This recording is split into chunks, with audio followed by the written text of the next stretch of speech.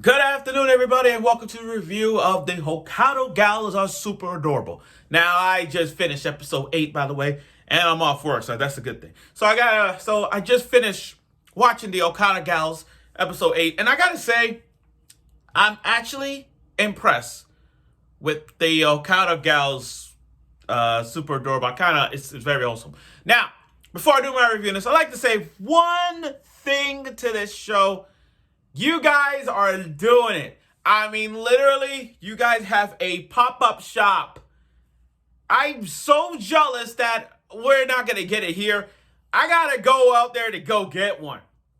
And if they have a few at Anime Boston, which I'm going to Anime Boston, by the way, please, can we get some Hokkaido merch? I need this. Now, last week, by the way, I'm going to point out here. For those of y'all who disrespectful to Hokkaido Gals, shut the fuck up. Here's when I'm talking to all the people out there who saying these girls are ugly. They're not ugly. They're not ugly. Why? Because you haven't seen a gorgeous snowy gal? Is that why? Yeah, we have seen some gals in our past.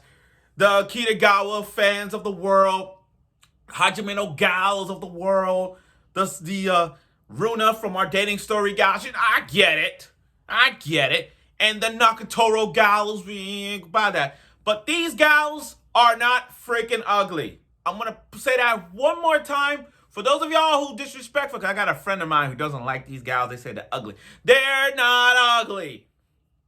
Period.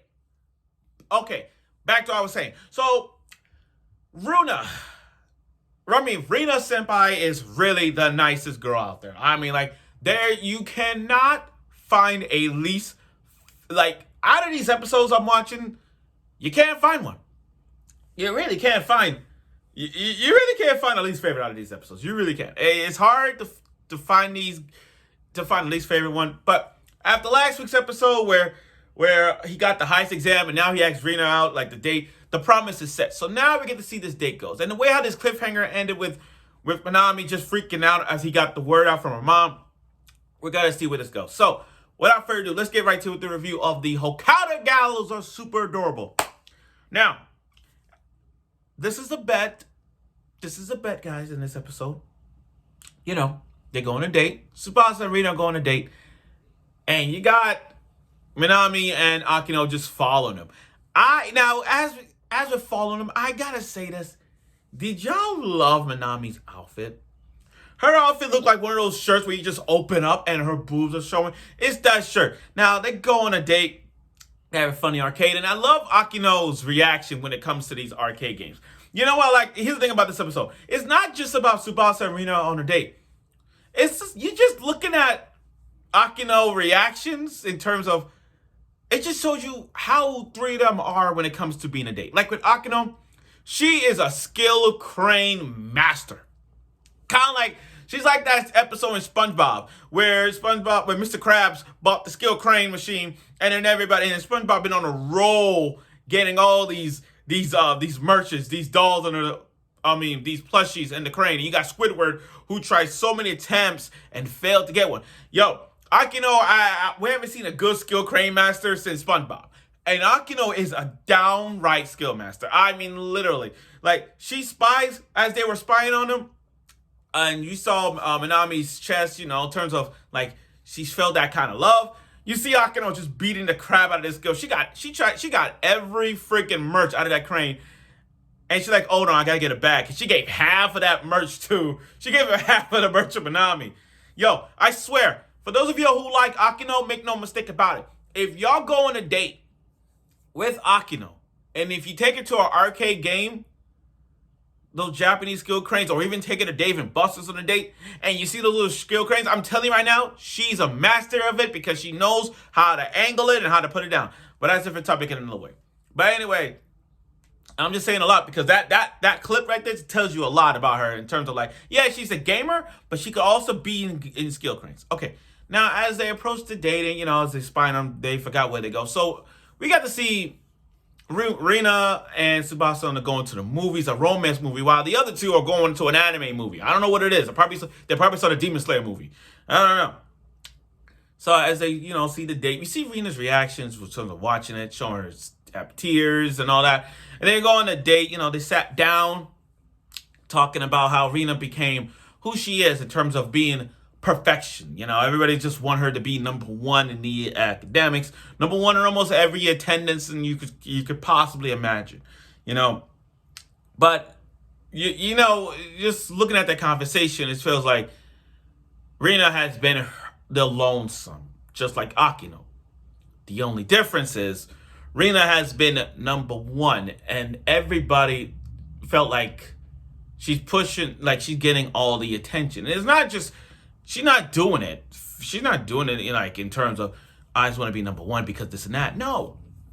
Tsubasa, you gotta love Tsubasa's words of wisdom when it comes to being your true self. And that's what this is. Now, I love Minami being the cheerful, energetic gal. She admire Rina. Like, legit admire her. Like, that's her, like a true, not a true fan, but like she look up to her, She didn't want to be like her, but want to like, you put a lot of love and affection. Like, I wish it was like, her words is just random out of her mouth. She's like, I ain't gonna wash his hand again, But now, shout out to Tsubasa on this one. Shout out to Tsubasa. Dude, I am fucking proud of you. I'm so fucking proud of you. Sorry I'm spitting here, but I gotta say this. I am so fucking proud of you. You know why I'm proud of you? Think about this. You're on a date with Rina.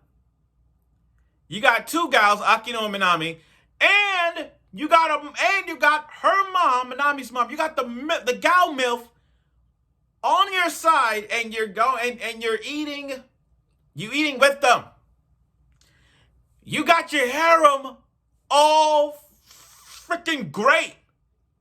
You're like the Sato from Tales of Wedding Rings. And the difference is, he's in an isekai world. He got his wives. You're just a normal boy who moved from Tokyo to Hokkaido. And you got already, in your first year, by the way, you got 3 gals in them gal MILF. Dude, I am so proud of you. You and Sato are like you just regular people in your harem rom-com that you could get multiple girls. You know what I mean? Like, in all harems, they have their supernatural powers and they get the girls like that. Kind of like Tsubasa from Shimano Testament. I'm sorry, the guy from Shimano Testament. Sorry, wrong guy. But yeah, you got the guy from Shimano Testament. He got powers, but he got the harems. You know what I mean? It's just these normal people in the harem world. I don't know how it is that they're able to get them. It's like they smooth talking, giving girl confidence one and another, and at the end of the day, he gets them. And it's really nice because you got him with 3 gals and a gal MILF eating out of this whole like summer restaurant. And what I like about this episode, not only was wholesome, but it also showed us like different types of beef that cows, like how they eat. In terms of like different parts of the meat that they're eating off the cow. Cause I went to one of those crock pots before. I went to one before, and really nice place where you cook the meat itself and you eat it, But, and I do like that it had that little food, not only wholesome, but it has that Food Wars episode in this one. Because, when they ate the beef, they were giving the textures of how the beef is. You know how in Food Wars, when they take that one bite and they felt the ingredients of it, and they rip their clothes out to some foodgasms. That's what those 3 had. They had a foodgasm. The only difference is their clothes kept on. But they were talking about how the beef is, how the rich and creamy it is, and all that. And it does talk about how the things are in Hokkaido. Besides the dating you get from Rina and Tsubasa, you get to see the importance of how these people in the world of Hokkaido eat and how they cook their foods, kind of a cultural thing.